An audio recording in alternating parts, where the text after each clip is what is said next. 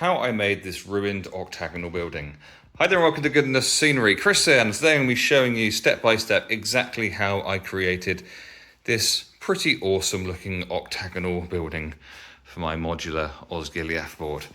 Let's get into it. It's got an idea that I really like for a bit of scattered terrain. So this one, we're going to measure 20 or just under 20. This is our 20mm thick. As it doesn't actually matter what size this is because of what I am doing with it. About 20.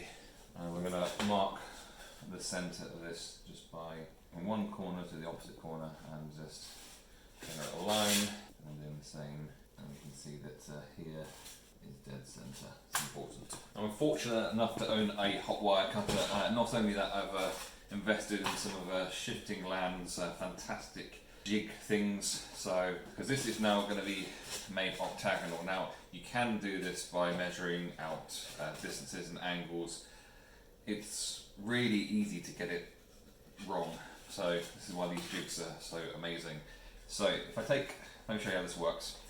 So if I take this octagonal thing that's got these 3 nails in it, I want to make this as central as possible. So what I'm going to do is cut this octagonal just to make sure. I'm going to make it a tiny bit smaller than intended. So I was going to go for 20 centimetres across. I'm going to be going for more 19.5 now.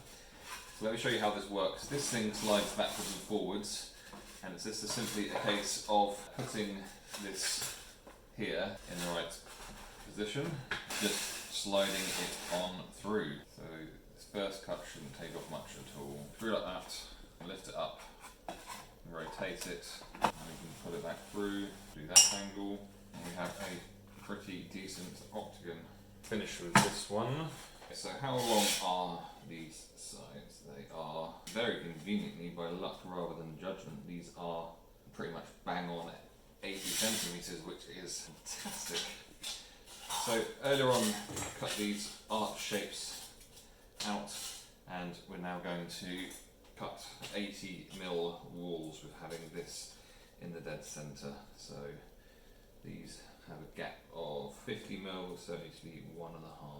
So there, which seems to be, I'm lucking out, that's exactly half of that. So this is great news. I need 4 of these. They don't have to be complete, so I can use that one. It would be quite fun if one wasn't complete. So we're going to cut there.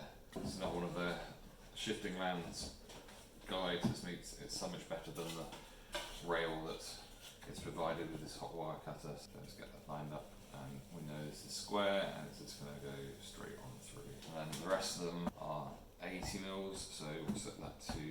Be careful not to squidge this into the thing because there's a bit of give in that archway. And decide whether we're using that one or not. Right, height wise, do we want this to be this high? It's not ridiculously high. 10, it's 4 like that, and then 4 that are the same height, and 80. So 10 by 80. How big is this? Not even close. How big is this? 10 by 80. Let's see what else we've got. So cut this into a 10 strip, and now make it into 80s, which we need 4 of. Next up, everyone's favourite thing, geometry. So we have an octagon here, and this angle here is 45 degrees from here. That means that this angle here is 135 degrees. If you're still awake, you're doing well. We want to know what half of that is. Now half of 135 is 67.5. So we want to cut a 67.5 degree angle, which is easier said than done, which is why I bought this angle cutter. Now this is an incredibly clever piece of kit. Now you will have seen before, if you've watched my videos, me sliding this wire to go at different angles, and it's entirely possible that I can move it to a 67.5 degree angle and then cut through. Is it the most accurate thing in the world? Yes. Is it good enough? Yes. Is it perfect? No. So 67.5, not the easiest. So what we can do is I can set this angle cutter here. This changes, and we're going to set this to 67.5 5. We're doing good enough scenery, we're not actually making an architectural model. So, and all we've got to do is make sure that the wire here is going down this channel. We are going to cut these 8cm pieces, we're going to slide these down here, or slide them down here rather, and that is going to create the perfect angle for these to join up. So we want to be making sure that we're cutting right through this corner here. So that should hopefully now just slide through nicely like that. And we cut again. You could do it by moving the angle around, but moving the wire around, but you'd much rather not. See how easy this is to do. Here we go. That's our 4 solid pieces done. We now need to do the archways in exactly the same way this side. So going to be inside facing up. Double checking with myself that I'm doing that right. And then we have our final one here, which I might replace it with one that's actually good. I might not. So the moment of truth. The plan is to have a solid one, and then an archway, then a solid one, and then an archway. So see if we can get this balanced. But those angles are looking like they are absolutely spot on. But it's not very easy to balance them. Funnily enough, check a few different ones, and that is ideal. Something slightly off flat, and it's just saying nah, and then a broken one, which I might replace with a working one. But yes, that seems to have worked like an absolute dream. So from here, I'm going to have a pitched roof up to another octagonal bit in the centre, which meant that that's when I've had to do some drawings and some geometry and some stuff that I've worked out. The angles of some stuff that I mean, I can tell you all. I'll tell you what I'm doing as I'm going along here. But essentially, I'm going to have it 6 centimetres. The pitch from here is going to go 5 centimetres up and 6 centimetres along, which means that this bit here needs to be 8.2 long. It's going to create an angle of 39.8 degrees here, so we'll call that 40. And I worked out the angles to cut off from there. And finally, the most complicated, the angle to cut off of here, so it all goes in together. But it's going to start by, so this is 8.2. I'm getting into some high level accuracy, which is a bit ridiculous when you consider what I'm making and why I'm making it. So this needs to be 2.67, so that is going to be, say, there. This needs to be 8 wide to there, and we're going to start by cutting this straight, but that's not how it is going to finish. So that is the size that it needs to be. We need to cut an angle off of here, and we need to cut an angle off of there. So unless you have this, then you really will struggle to do this well. I'm going to struggle to do it well, and I've got the equipment. So first of all, we're going to cut off an angle of 18.17 degrees. We'll go for 18 because so that is going to be about there. Basically what happens is these pieces, as they go up like this, the angle that these meet at changes. So I want to try and make that angle as good as we can. It's not really particularly going to get seen, but it'd be nice if it works properly. So let's make sure we're cutting the right bit off. So is it that bit? No, it's not a huge amount that's coming off a bit. So it's a small angle that comes off there, and then a bigger angle here. So to move this now to be 39.8, which is there. I'm going for a tiny bit under 40, unsurprisingly. Then making sure this is lined up properly. And we can use this angle here to do, and we can do the same angle but cutting it the other way on this side here. So that should be a piece which is going to sit on top of here perfectly like that, and it's also, when I've made more of them, it's going to match up perfectly with its friends like that. So this one was a test piece. It's not got the right angle cut on it, and it's very close to being right. But so we're going to make, I think I'm going to make 8 of those. Whether I use all 8, I don't know, but that's what I'm going to make. So make 7 more of these. So we've got our 8 pieces cut, and they fit together quite nicely. They're not perfect, they are certainly good enough. All our different components here, let me show you how I'm going to add some more detail to them, starting with this base piece. So we know that it's going to be one of these on every other edge. We're going to find the centre of this, which is there, and we're going to do tiles in this as a central thing. So marker 2, 4, 6, that. Same on the other side, and joining them up, surprisingly enough. So I'm going to continue that that way and then that way as well. The grid's done, so now we're going to have vertical lines going down just halfway, and then we'll also do a horizontal line that is halfway, and do that all the way around. I'm going to cut a step out of 4 of the sides, so the ones that have got the lines parallel. So I'm going to cut down to the line here, and here, and across here, going down to the depth halfway. Finally, trying to be nice and flat, have that like that. So I'm going to do the same on and this side. So I've cut those out and also drawn some brick lines there. And in terms of finishing it off, I'm going to add some damage to it, but in terms of the basics, just a final roll we're looking for before we move on to the next thing. Brought you in close to show you what I'm doing with these archways. So with this archway guide, it has a little ridge there. So what I like to do with this, you could just do this by eye with a pen, but what I like to do is line it up with how it was cut out before, and then just put a whole lot of weight on it. I'll do that on both sides, and what that does is it creates this indentation like that.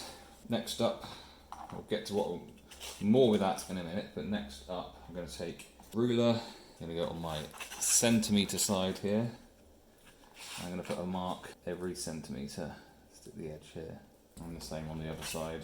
And just going to join these, mark across from one to the other, obviously missing out the archway and not going into the indentation. So with these first few ones there's not a whole lot going on, but on the higher up ones it's going to be going all the way from one side to the other. So do all of them. And that's just a case of drawing some bricks in, so there's not really a whole lot to do on these first layers.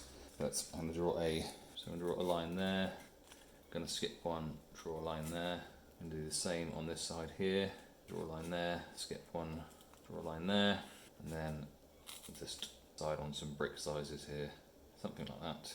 Doesn't have to be perfect, but ends up looking a little something like that. Smooth this onto the archway. So I'm going to use a small sharp knife with this, and what I'm going to do is do a gentle score halfway up this first brick. This goes horizontal, then basically I'm going every half centimetre, just eyeballing it basically. And I'm going to do that until I get up to the curve.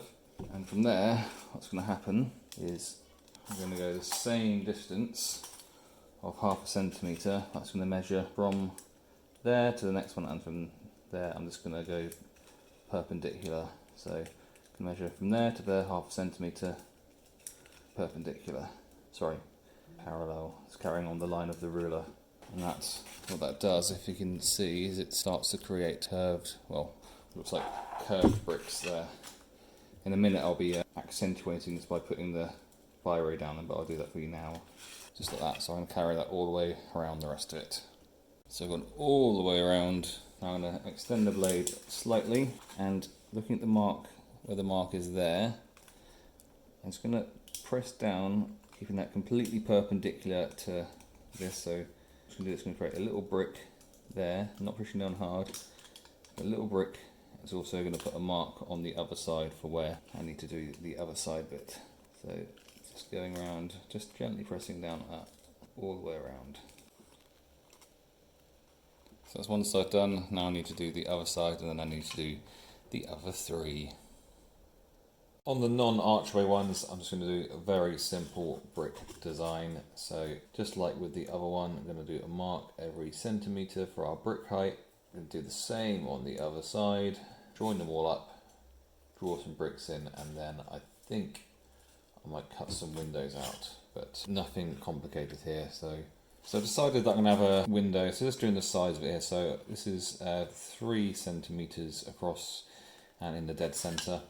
And then I've gone 3 centimetres up to here, so that's going to be the sides of it. Now when it comes to doing curved things, just make it easy for yourself. So what I like to do, so this is the lid off of some orange squash. So it's just ever so slightly too wide, but we can just squidge it a little bit, line it up with our lines, and then we can just press it down like that.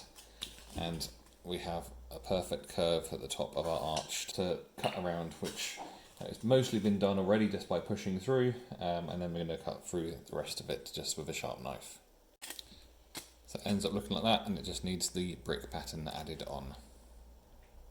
So the archways are all done, the main walls are all done, and I've had a roll of tin foil over the top of them.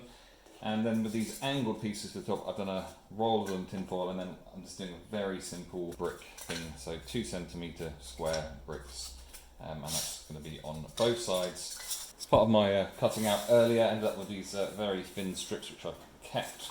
And what I'm going to do is just roll them like this, just on one side will be fine. And these will be cut into smaller pieces and used as roof tiles, but first they're going to be painted. So a bit of texture on them first, and then we'll be painting them shortly. Once they're painted, then I'll cut them into little pieces, because a much easier way of doing it than painting them individually. Time to do a lot of painting. So the floor part we're going to undercoat in just white. I've done that first because hopefully by the time I've done the other ones it will be dry enough for me to do the sides of this, which I'm going to undercoat in my beigey colour. But now all of these on both sides are going to be painted in this creamy colour that I've used on all of the other buildings. So what I'm going to do, and I'm not going to show you me painting because it's just painting, I'm going to paint both sides of a couple of them, and then I'm going to lean them up against each other like that, just so they've got a maximum amount of exposure to air, and hopefully they will dry. Little pyramids of painted stuff, and now we're going to go some brighter colours. We're going to go some blue, trying to loosely cover it, not going for a full coverage. So next up, a very quick wash of this floor part. That's literally that done. That'll be dry brushed a little bit later on, and now we're going to dry brush all of these parts here. So dry brushing in white, bringing it all up to roughly the same tone. Right, more pyramids. This is now dry, so I can do a dry brush on the sides, make it look like the rest of this, and also do a dry brush on the top. So I'm going to get on with that, which you don't need to see. Who am I talking to? Because I'm not going to include this in my video. Maybe I will know. So I decided a while into this that the best way to do this in terms of putting it together and making it ruined was to make all the pieces as if I was going to make it complete and then ruin it. So that's why for this one here, I didn't care that it was a bit broken already, and it broke even more when I was painting it. But that's fine, that would be more like rubble. So the way I'm going to do this is I think I'm going to have 5 of the sides, so 3 of these and 2 of the archways be complete, and then the other 3 bits are going to be a lot more ruined and very similar with the top part as well. And the reason I've gone for that is because I want there to be a playable area. So if there is a roof on it, because I've made one, there's going to be a roof on it, it needs to be accessible. So I think that having 3 sides, basically having one corner open so that you can move models within inside of it amongst all the rubble piles and everything else, that's the way I'm going with it. My best pieces, so I'm going to stick, I'm not sure exactly how far in these need to be from the edge, so I'm going to stick them all together first and then work out that next bit afterwards. Here is nothing, so bead of glue, and then we are going to trust this angle here. So I'm going to put a few of these together. It's just not knowing exactly where they're going to be going, so do something like that. So next one, really like the look of that already, and let's go for this one, which is slightly better. I think having this flat and then leaning it up is the way to go. One final complete piece before we start working out how to break it. Hoping that, I'll turn the glue gun off a second, I'm hoping that this is going to sit nicely without me having to pull it too far out of shape. It's going to require, that's really good actually, just I reckon it's most important that the doorways line up nicely, so it might actually be that it is right up to the edge. I'm going to go for it and choose these two are my favourite size. So, right, nice bead of blue there, and continuing, let's put these right up to the edge. So let's do shut the corners, there's good. That needs to go in a smidge. That needs to go in a smidge, like that. I'm absolutely delighted with that. So how's it going to go from here? So after a ridiculous amount of deliberation, I've decided what I am going to do. So I'm going to stick one more of these archway pieces on, but most of it is then going to be pulled off again and kind of destroyed. So I'm going to bit of glue there, put that together like that. I'm going to go with it. So these are not perfectly the same size, but they are pretty close. So I'm going to try and match up the ones which are a good match to each other. That was a good sentence. Just as simply as that, and it may be that things need to be broken or tweaked to make it look better. So we'll have fun learning that together. Undo that one. Better ones, yes, a tiny bit longer. I could just see it once I glued it that it was not as good as it could have been. So let's do it again. It's better, and then hopefully this is going to look. Let's actually give this a chance to dry. Let's see how this looks on top. If I put it right up to the edge there, so I need to come in a smidge from the edge, but not a huge amount, and then just making sure that it's flattened. I'm going to glue around here and stick this down over here, and then make sure that's all those angles matching up. That's pretty good. And then we can have our tiles overhanging the edge to cover up that. So I'm going to glue the next one on, which is going to be pretty much immediately just cut to pieces, but that's just what's going to go on with it. So I'm going to glue it towards the bottom only, just in there, something like that.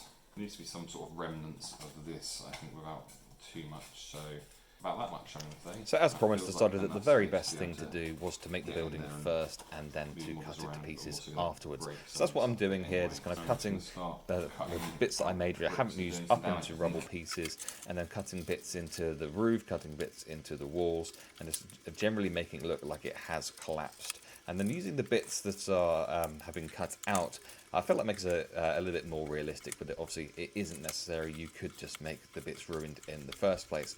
So once all of the bits have been cut into pieces and kind of destroyed, the next thing to do is to actually put them in as rubble. So once again, all I'm doing here is just randomly sticking bits down. I'm not thinking about where it's going, but kind of thinking about where things may have collapsed from, but ultimately it doesn't matter too much.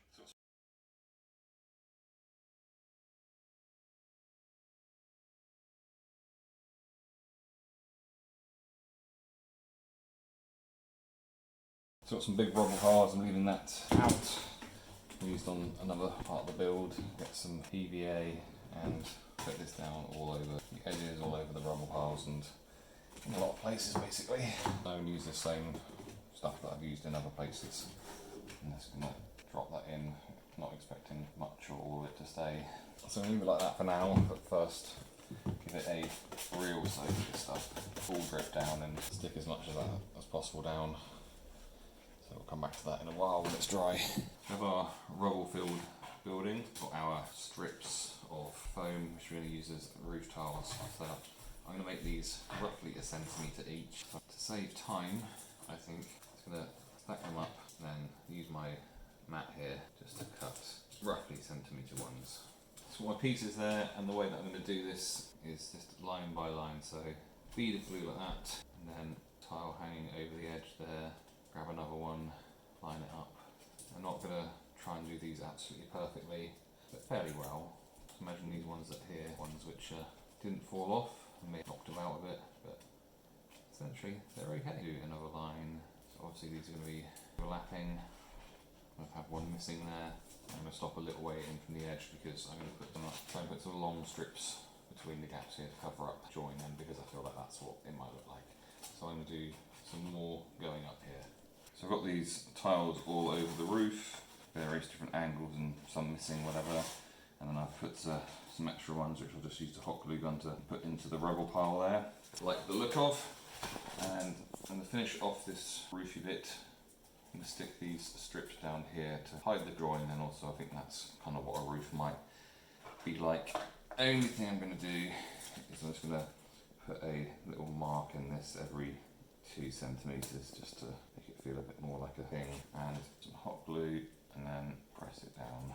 So I'm going to do that on that one and that one.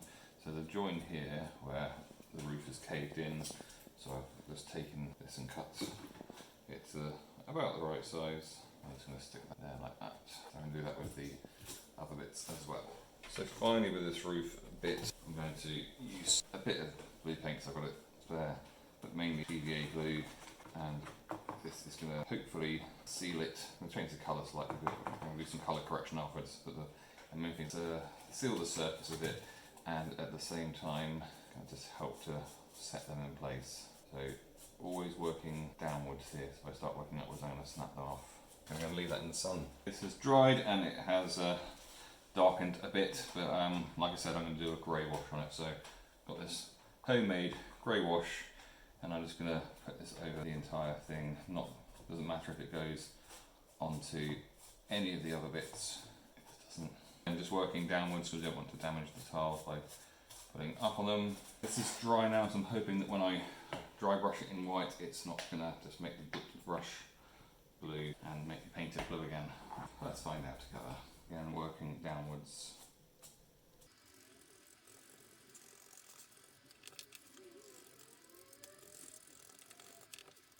I think I can call that done. So one final and very simple thing to do just to finish this off, and that's to put a base plate in it so it can fit in with the rest of the board. So I've put a couple of marks there, and it's offset so that it's going to be different depending on the orientation it goes into the slot. Is put some glue over this, and then line it up with my marks. Not that the marks are overly important, and that, once it's dry, will be it finished. Let's see it on the finished board. So there we have it. That is how I made it step by step, showing you all the different things along the way. Really hope you've enjoyed this video. It isn't the easiest thing to make if you don't have a hot wire cutter, but I do, so I did. So hopefully you enjoyed the process, seeing what steps I made, seeing the decision-making process, where I messed up, and hopefully, most of all, you enjoyed the finished product. So here it is.